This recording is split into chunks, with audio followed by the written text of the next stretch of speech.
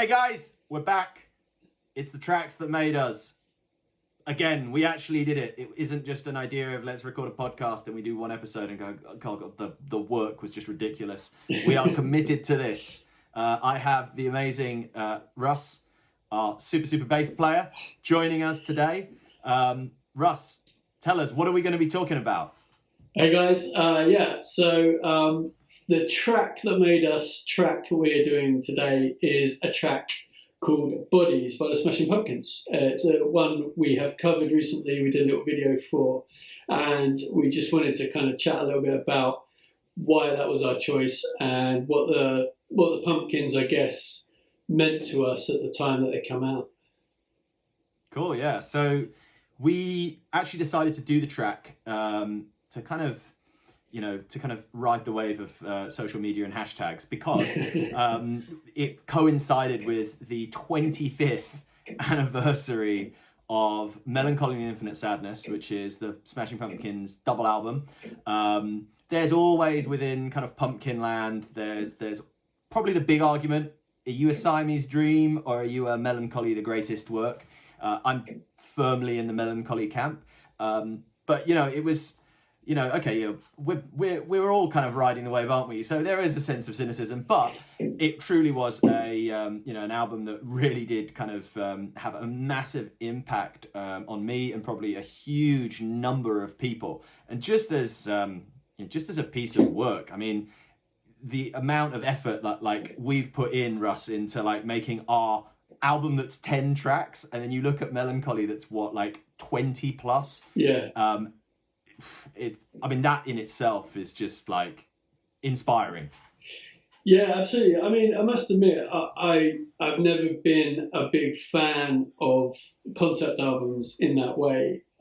I actually think, not to want to use us as an example, but the 10 tracks that we've got on our album, we're all really happy with, and we think they're great songs. I think once you start just churning out loads and loads of songs for the sake of it, it kind of dilutes the impact a lot of the time.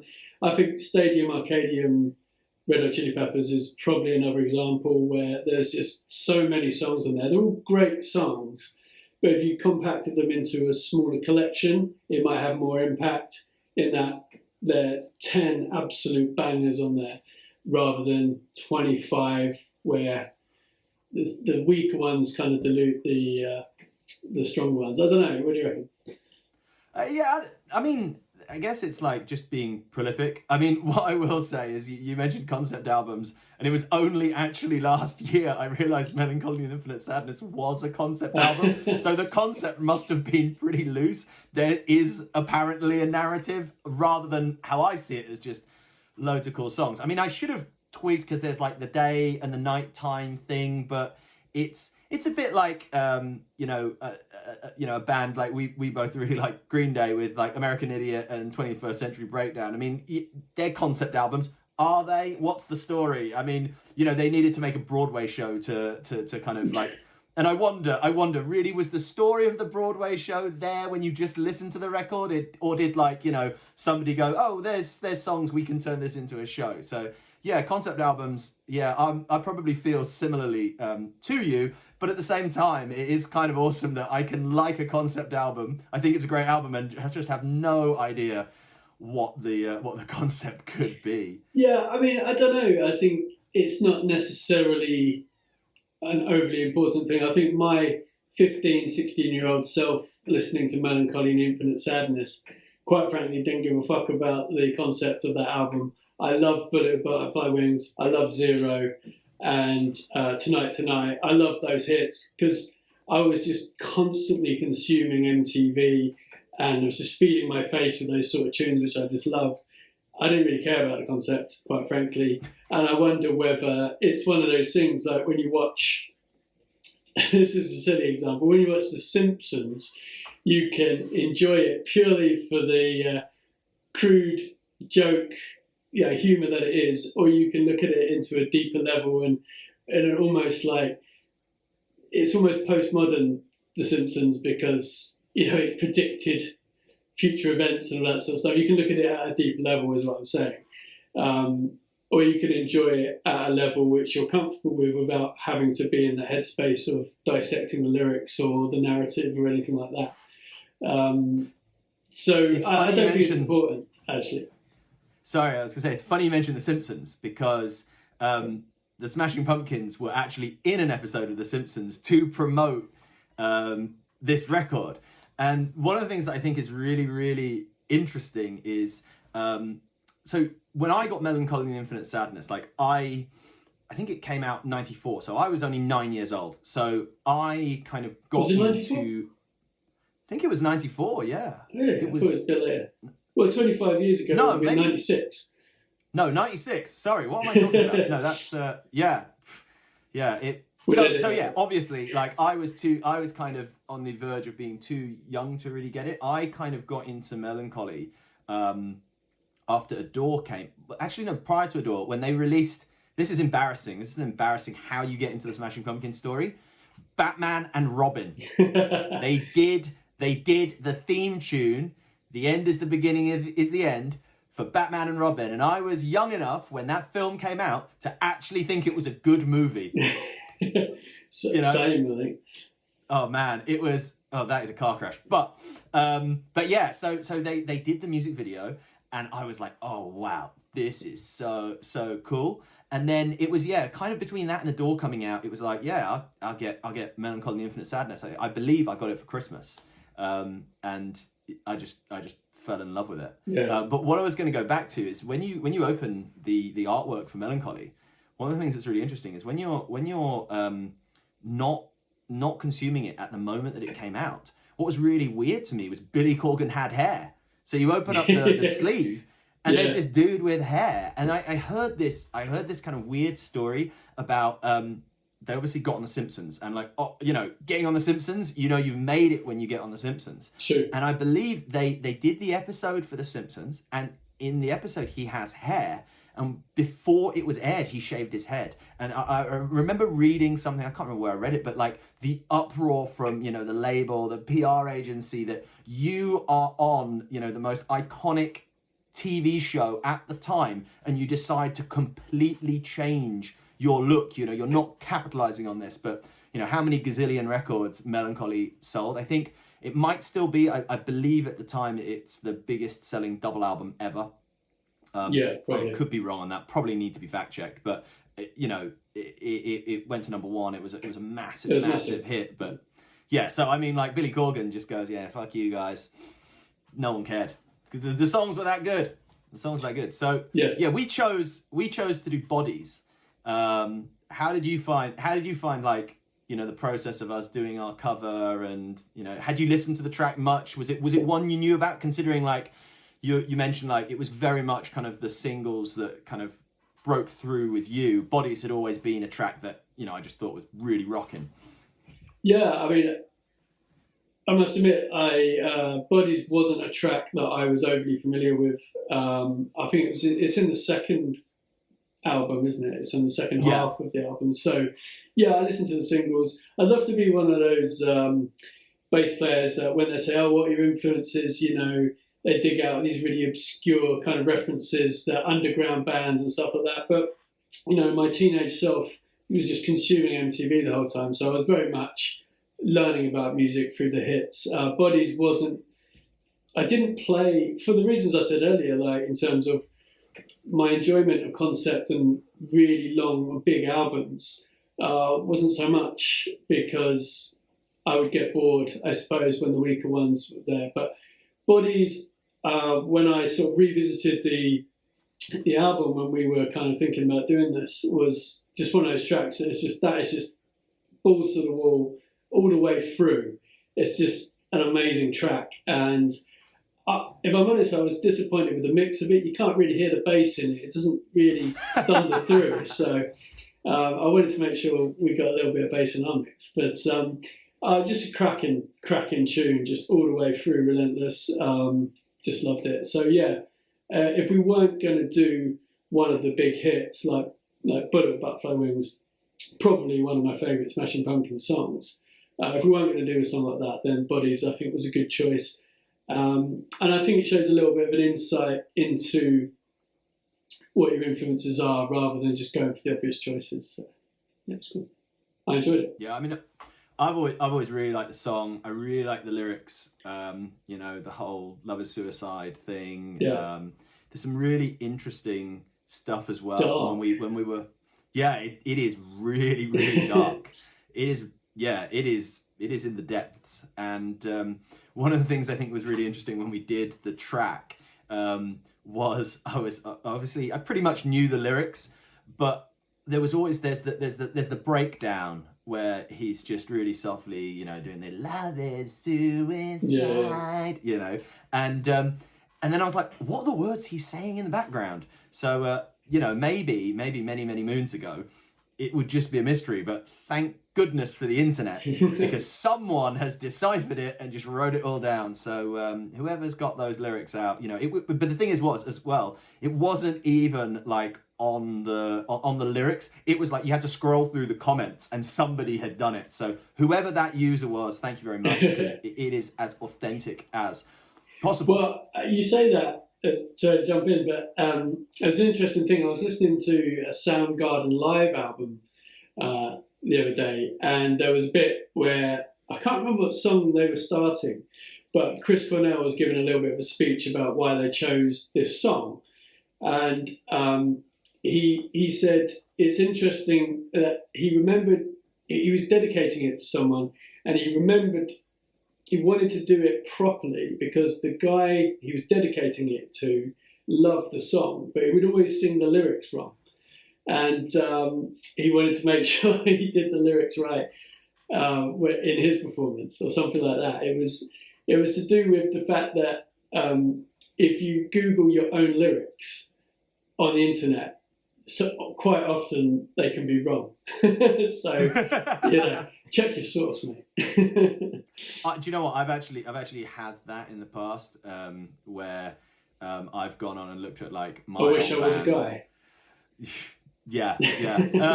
No, but like I've gone through, and like there are these interesting like song meaning websites as well, which are quite interesting, and like people are going into these deep depths of what the songs mean, and I'm just like, yeah, I was just writing stuff that rhymed. You know what I mean? It's like, oh, this is some serious heavy stuff. But going on to some. Sorry, I think that's going back to our other point, was that that's what's the great thing about music. You can enjoy it on so many different levels. You know, you can enjoy a song just for the surface level it is, or you can look into the deeper meaning of a song and of its lyrics and of its narrative or its time signatures or whatever it is, and you can take what you want from each song. And there's nothing wrong with not looking at it at a deeper level if you really love the song and that gets you through the day, because you know that's what you take from that song. But yeah, that's all I have to say about it. what I was gonna talk about was so we did the Bodies video, and it was quite an interesting kind of shoot to do. Obviously, you know, we are, what is it? It's February 2021, so we're nearly coming up to like a year of pandemic. We early in the pandemic, we shot a video for one of our tracks, Fallen, and I don't think we thought we would be filming lockdown video number 2.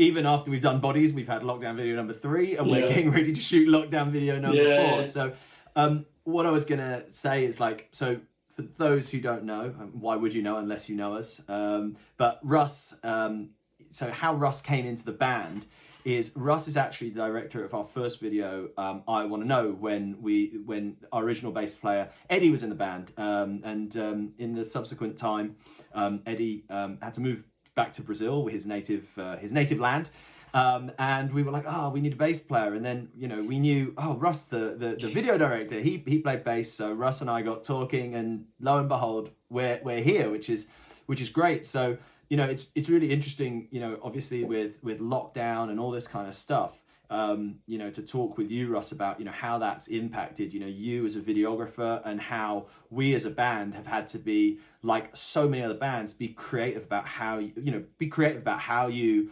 record videos in, you know, a safe and responsible and creative way to get something out that still has an impact. Yeah, I mean, it's been tough, really. I think you're so limited with what you can do. You might get a cool idea, but then it's like, in order to execute that in the way you want, it would break some regulations or restrictions. So you do have to really kind of think quite creatively about stuff. And I think I liked what you did with the Bodies video, because you edited that one, it was simply, rather than just do one of those split screen lockdown videos, we added some textures and some colours to it, and you had the effects on us, so we looked almost cartoony. And I think you just got to stretch those kind of your imagination, really, and create those creative muscles within the programs and software that you've got to make stuff interesting. That I did. I managed to get out filming back in September with one of our friends, Matt Mitchell, and did a music video for him. And it was basically just him in a white screen studio, filming him perform to the song. And we also had the drummer there, who came in separately at one point a day, and the bass player, and we filmed some close-ups with them, all socially distanced, of course. And when it got to the edit, I was like, what the hell am I going to do in order to make this interesting and carry the viewer through to the end of the song? So I had to just go nuts with it, really, and I had images composited over his silhouette and changed the background colour and flashed it around a bit, put some transitions in.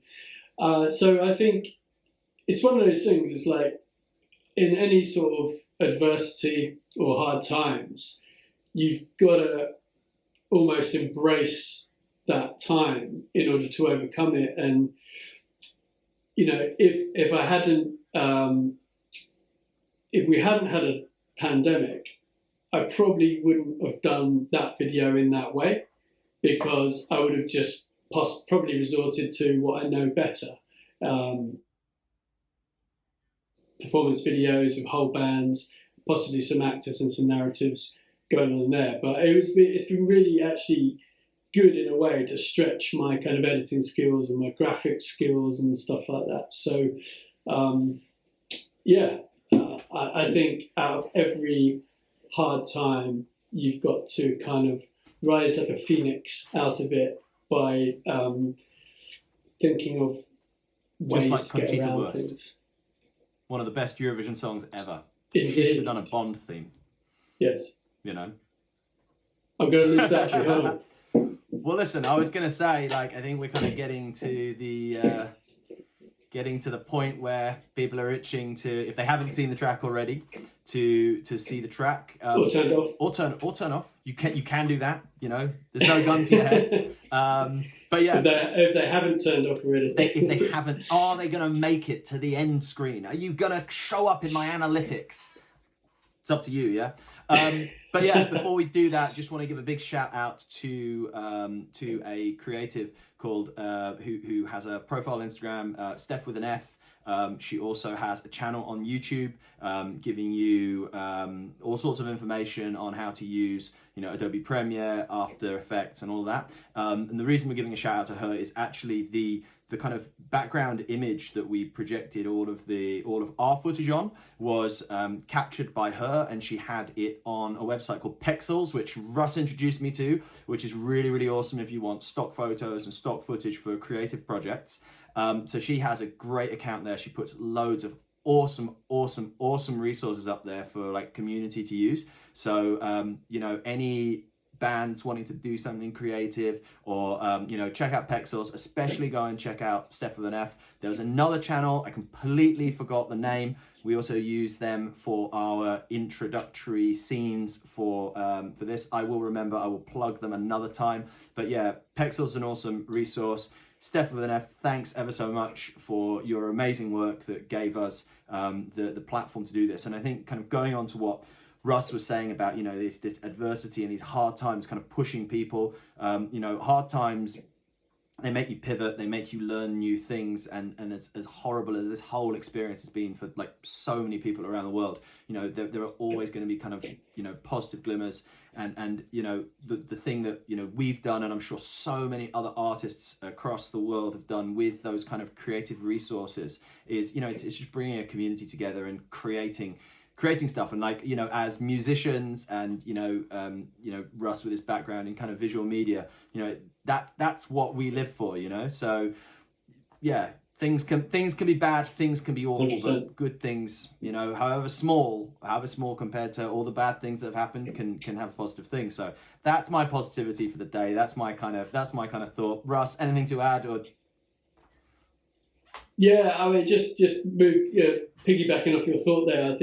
I mean, that's what's come out of it for us, certainly, is collaboration. And you talked about Steph with an F, and reaching out to people that we wouldn't normally have done if we would just knew somebody, or, you know, knew somebody local that did stuff. We've been forced to kind of discover people like that, other creatives in the interweb, in the digital space, and that has been a positive that's come out of this. You know, I've certainly, some of the guys that I've hired recently, there's a guy I've hired up in Leeds who's going to film Alex in the upcoming music video for Razor. You know, that's really cool. He's a really cool guy. He's got some great stuff in his back catalogue, and again, I think you've got to look for positives at times like this, and I think that's definitely one of them, reaching out to people that we wouldn't normally get an opportunity to do so, or think to do so. Cool. Yeah, so guys, cool. This has been the tracks that made us. Bodies, Smashing Pumpkins, really, really important track to us. Hope you like the video, and just remember, please, if you like this, remember to like the video, subscribe, make sure you hit the bell, you hold it down, and you make sure it goes kind of solid, and you will stay up to date with everything that Just a Ride is doing. And we've got so much stuff coming up over the next year or so. We're really excited to share that with you. Yeah, rock on, guys, and we'll see you soon. Guys. Okay, take it easy.